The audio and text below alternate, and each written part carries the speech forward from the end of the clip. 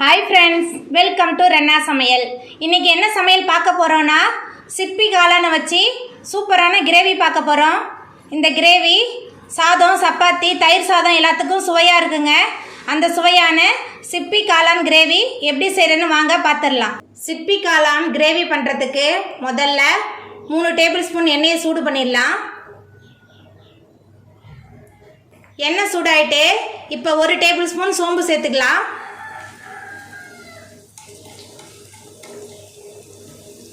சோம்பு நல்லா பொரிய ஆரம்பிச்சிருச்சு।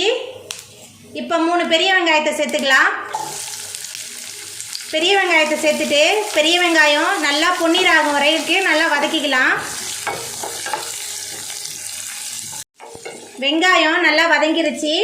இப்போ ஒரு தக்காளி பழத்தையும் ஒரு கொத்து கருவேப்பிலை சேர்த்துக்கலாம்।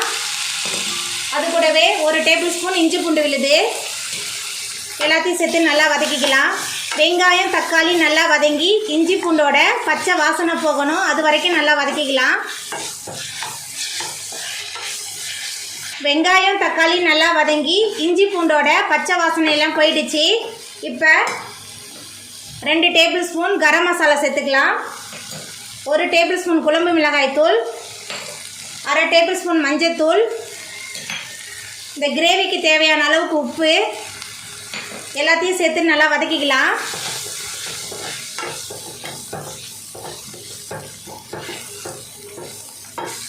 இப்போ இது கூடவே நம்ம சுத்தம் பண்ணி வச்சிருக்கிற சிப்பி காளானை சேர்த்துக்கலாம்।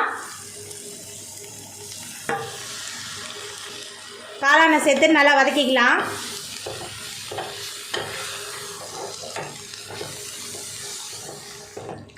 இப்போ இது கூடவே காளான் வேகிற அளவுக்கு தேவையான அளவுக்கு தண்ணி சேர்த்துக்கலாம்। கொஞ்சமாக தண்ணி சேர்த்துட்டு ஒரு கிளறி விட்டுட்டு ஒரு மூடி போட்டு 10 நிமிஷத்துக்கு வேக வைக்கலாம்।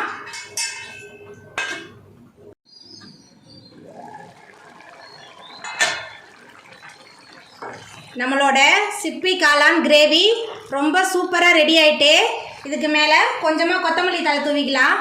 இது சாதம் சப்பாத்தி எல்லாத்துக்குமே ரொம்ப சூப்பராக இருக்கும்। நீங்களும் உங்கள் வீட்டில் இந்த சிப்பி காளான் கிரேவியை செஞ்சு பாருங்கள்।